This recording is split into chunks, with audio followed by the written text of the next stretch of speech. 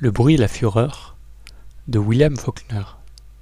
C'est une famille qui se défait sous nos yeux, mais racontée par des voix qui n'arrivent plus à dire l'heure. On se dit, Faulkner va nous expliquer la chute des Compsons. On comprend vite qu'il nous l'a fait vivre de l'intérieur, en nous jetant dans le courant des consciences qui refusent les panneaux et les feux rouges. Résultat, on lit comme on traverse un fleuve en crue. Le dispositif est célèbre et toujours déroutant. 4 journées, 4 focales. Le 7 avril 1928, Benji, enfant idiot devenu adulte, parle en sensation et fait sauter la chronique à chaque odeur, chaque bruit. Le 2 juin 1910, Quentin, étudiant à Harvard, s'épuise à retenir un monde qui file. Montre, pont, souvenirs et culpabilité. Le 6 avril 1928, Jason, comptable rancunier, aligne billets, rancœur et cruauté. Enfin, le 8 avril 1928, Disley, domestique noir, porte la maison à bout de bras pendant que la messe de Pâques. Et au centre, absente présente, Caddy, sœur aimantée autour de laquelle tout s'était réglé. Les enjeux s'imposent par strates. Le temps d'abord, qui n'est plus une flèche mais un nœud. Chez Benji, la moindre sensation rouvre une scène. Chez Quentin, la montre martèle l'impossible, retour à l'innocence. Chez Jason, l'instant se calcule en pertes et profits. Chez Dilsey, le temps liturgique remet un peu d'ordre. Puis la question du regard. Comment raconter une femme que le roman place au cœur, mais tient hors champ?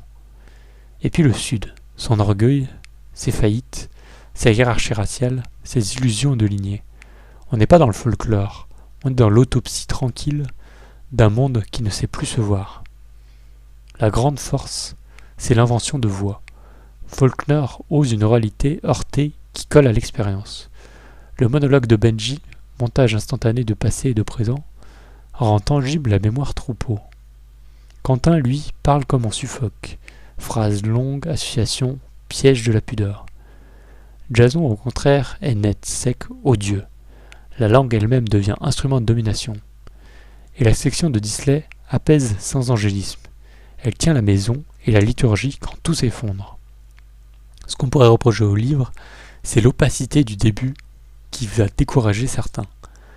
La violence faite aux femmes passe, parfois, par des cadrages qui la banalisent.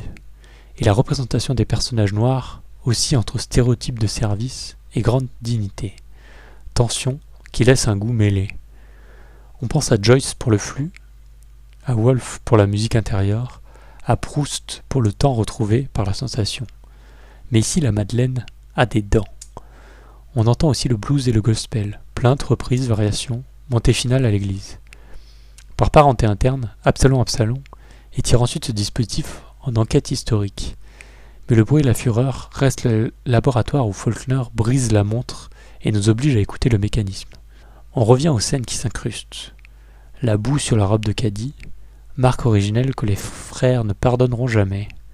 Le pont de Cambridge, où Quentin tente d'argumenter contre le temps comme on plaide une cause perdue. Les billets que Jason vole, rage mesquine érigée en système. Et la procession de Pâques, voix qui monte, foule serrée. Disley qui, pour une fois, impose un rythme à la maison.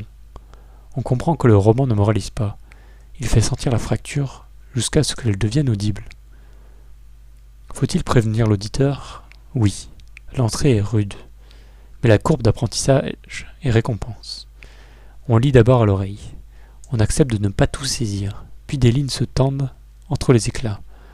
Le roman devient carte sensible d'un effondrement.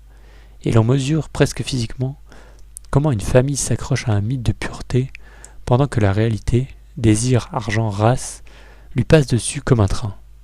On croyait entendre le vacarme d'une maison qui tombe. On entend surtout la tentative têtue de quelques voix de garder la mesure. Le titre promet le tumulte. Faulkner ajoute l'arpenteuse. Dans le fracas, une phrase tient encore la route.